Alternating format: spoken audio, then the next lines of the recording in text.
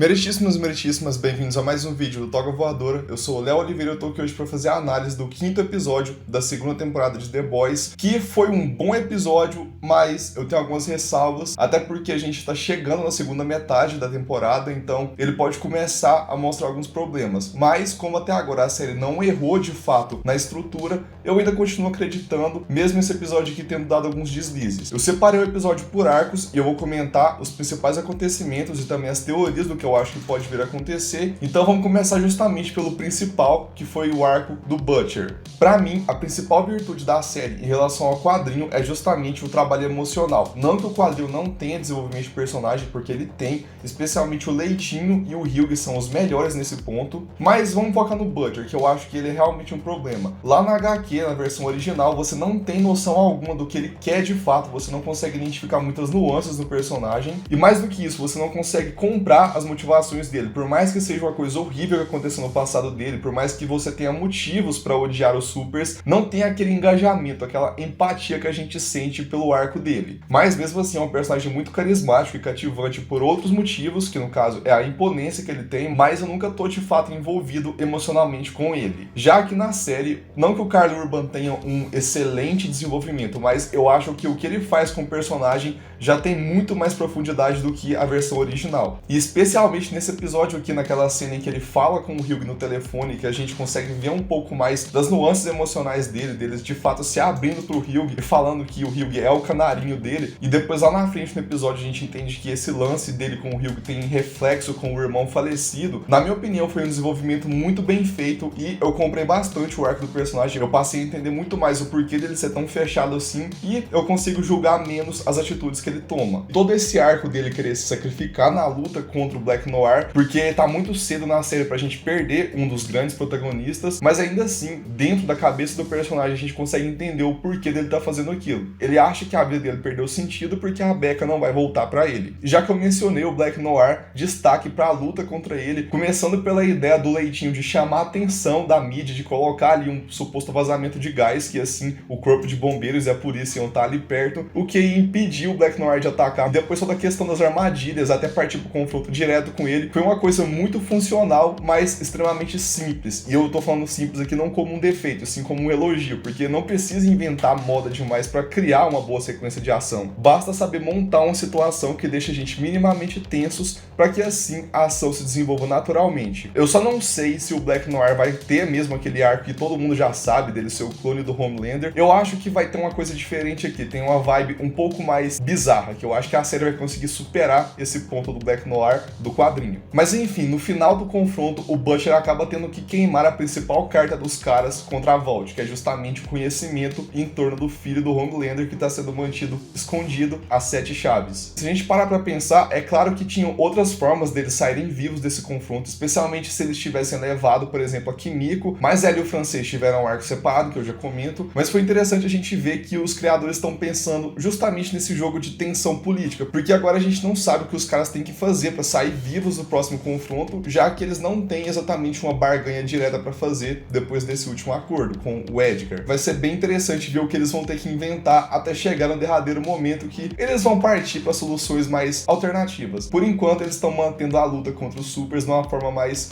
humana. E como eu comentei da Kimiko, a gente tá tendo um problema com ela e com o francês, que o arco deles não tá levando a lugar nenhum. Se fosse uma série de 12, 13 episódios, não ia ser um problema tão gritante assim, mas com 8 episódios apenas, a gente fica pensando que esses dois personagens estão congelados no tempo. Não tem nada muito grande acontecendo com eles, só o básico de aparição. Mas nesse episódio que teve pelo menos dois momentos interessantes. O primeiro deles foi quando a gente viu a Kimiko atuando como assassina, que ela vai até a máfia e executa eles justamente numa cena que foi extraída completamente dos quadrinhos. Foi uma referência muito interessante e a violência gráfica desse momento foi impactante. Eu gosto de The Boys por isso, porque os momentos violentos são realmente chocantes. Você fica sem reação porque é muito bem feito e inesperado. Mas quando a gente vê o francês confrontando ela e a Cherie, eu esperava que ele fosse ser um pouco mais passivo naquele momento e fosse aceitar melhor que a Kimiko não é o que ele tá esperando, mas não, ele foi bem ativo aqui no caso, ele brigou com ela, discutiu e aparentemente rompeu momentaneamente com ela, o que pro personagem dele é muito interessante e eu tô curioso pra ver se ele vai ter um destaque maior no próximo episódio, porque ele é um dos melhores membros dos caras. E fechando essa parte aqui dos mocinhos da série, vamos agora entrar nos supers, que ali são os vilões. Começando pela Starlight, que nesse episódio aqui não teve tanta coisa pra fazer, foi mais aquela treta dela com a mãe, que acabou desembocando na treta dela contra a Stormfront, e o grande destaque dela foi, claro, aquela cena lá no camarim da Stormfront, que ela infiltra ali pra conseguir algumas informações, ela consegue acessar o laptop da Stormfront e ver algumas mensagens estranhas ali, mas eu admito que eu esperava que ela fosse simplesmente desaparecer naquela hora, e não, teve um confronto direto entre as duas, e agora as cartas dos dois lados estão todas na mesa, e eu achei muito interessante que é mais um fator de tensão na temporada, porque a Annie tá sendo bem desenvolvida, ela como Starlight tem um papel de destaque no set, e a gente vê que ela tá de fato isolada, porque ela não quer se aproximar nem dos caras e nem tá procurando exatamente um aliado nessa luta, então quanto mais ela se isolar, mais perigoso vai ficar, e ainda mais agora que a Stormfront tem noção plena do que ela tá fazendo, mas ao mesmo tempo ela também sabe dos segredos da Stormfront, pelo menos um pouco deles. E como eu falei de aliados da Starlight, tem um personagem que eu tenho quase certeza que vai se juntar a ela, que é o A-Train.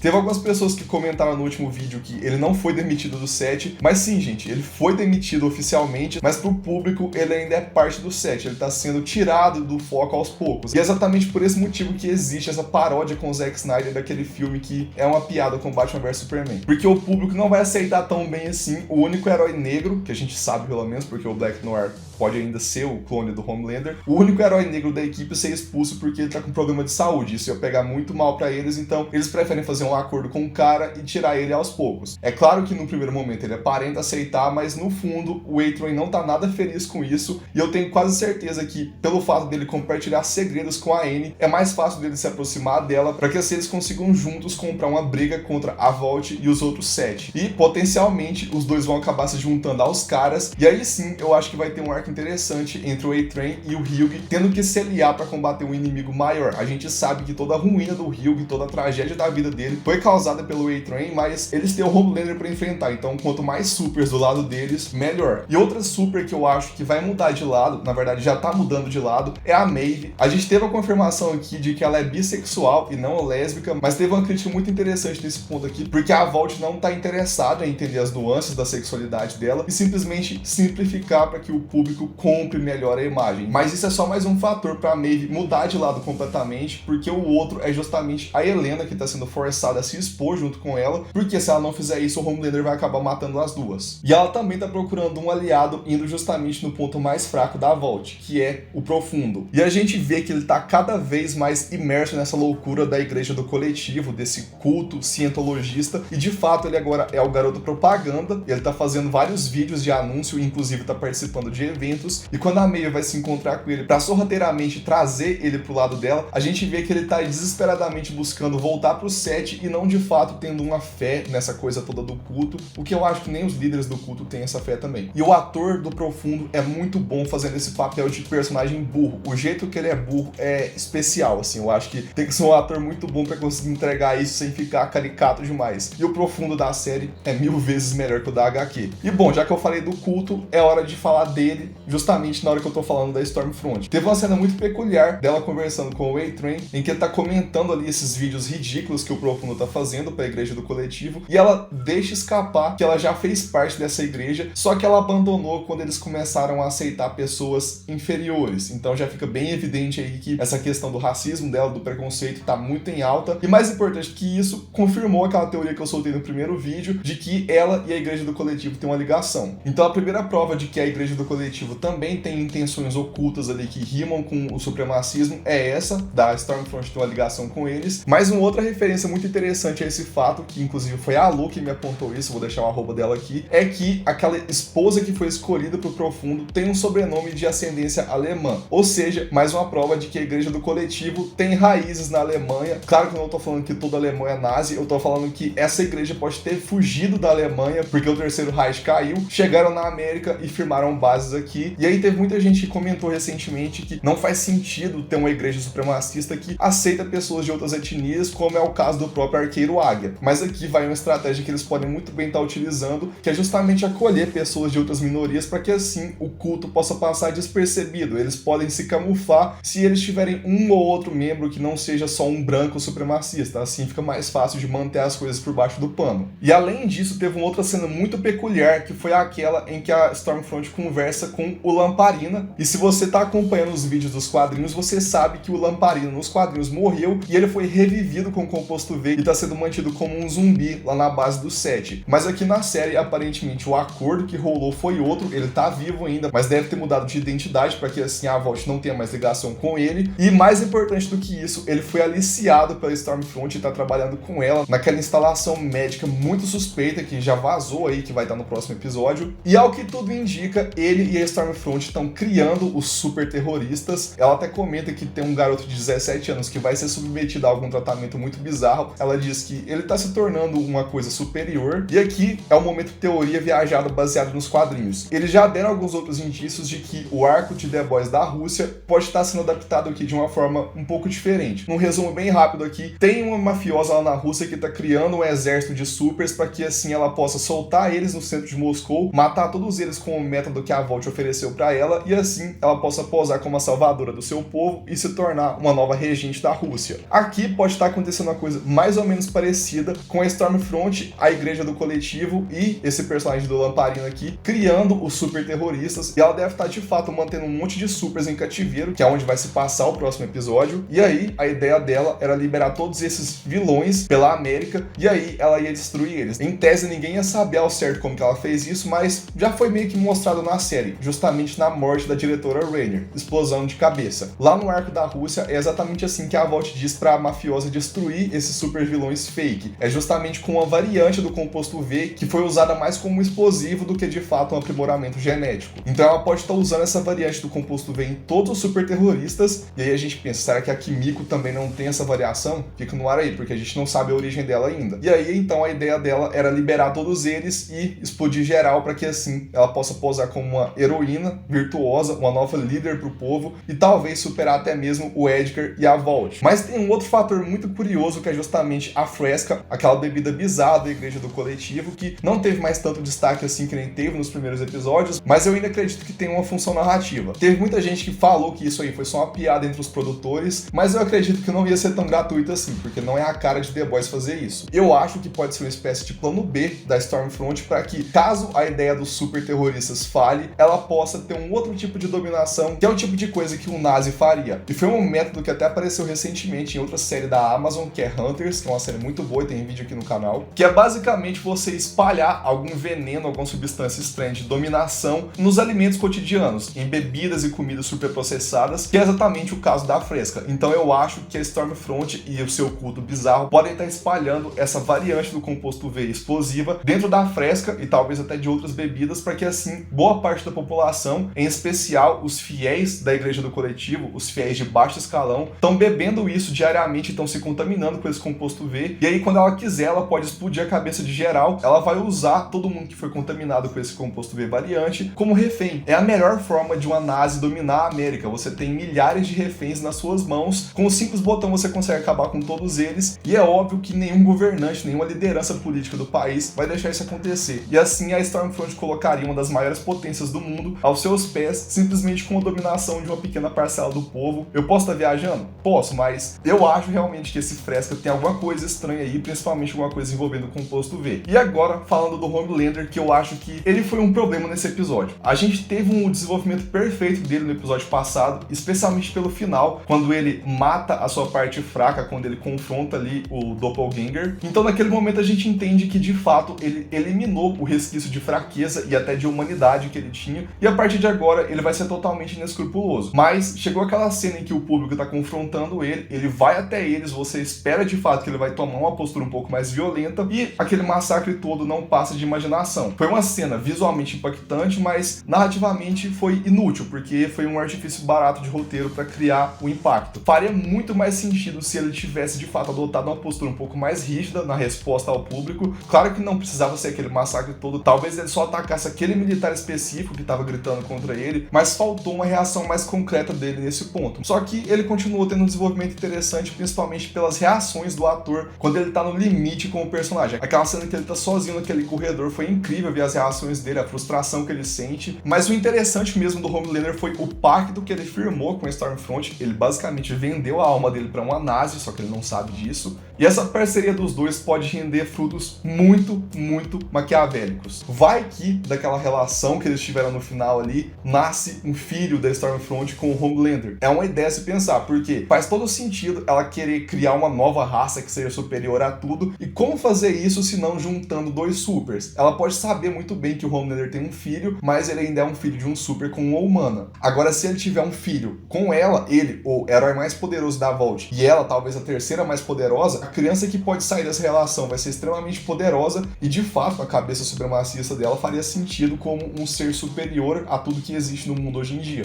E foi muito interessante ver como que ela domina o Homelander. Ela faz ele se sentir no controle da situação, mas se ela tá fazendo ele se sentir no controle, obviamente ele não tá no controle. Ela tá dominando completamente ele, tanto do ponto de vista emocional agora, quanto do ponto de vista da política mesmo. Ela tá conseguindo fazer ele jogar o jogo segundo as regras dela. E bom, já que eu soltei tanta teoria louca nesse vídeo aqui, eu vou deixar mais uma. Vai chegar um ponto em que a Stormfront vai de fato ficar exposta e as intenções dela e do seu culto não vão ter como ficar ocultas mais. E nesse momento o Edgar deve perceber que ela vai ser uma ameaça grande demais. Então deve rolar uma parceria dele com o Homelander para que assim eles consigam um bode expiatório perfeito. Pensa aqui comigo, ela vai ser uma nazi, talvez uma nazi das clássicas mesmo, e não só uma supremacista moderna, e ela vai estar conspirando com um culto religioso para derrubar a América potencialmente. Então nada melhor do que você pegar o Homelander, o herói clássico dos Estados Unidos, e colocar ele para dizimar de uma vez por todas a ameaça nazi nos Estados Unidos. Um vilão nazi é tudo que um herói precisa, porque ninguém fica contra você lutar contra um nazi, porque é óbvio que eles são os vilões. Então seria um fechamento de temporada, ou talvez a terceira temporada, muito interessante desse ponto de vista aí, tanto dentro da narrativa quanto de uma forma metalinguística, porque você brinca com essa questão aí da noção de vilania, porque até pro Homelander, que é o vilão, a Stormfront, que é uma nazi, ainda seria uma vilã pior. Então por hoje é isso, no resumo geral. Gostei do episódio, mas teve uns defeitos aí que podem ficar preocupantes dependendo do próximo episódio, porque faltam só 3 agora, infelizmente. E se você gostou do vídeo, deixa seu like, se inscreva no canal, ativa as notificações para continuar acompanhando os vídeos. E é isso, a gente tá quase no final da era de The Boys, infelizmente, mas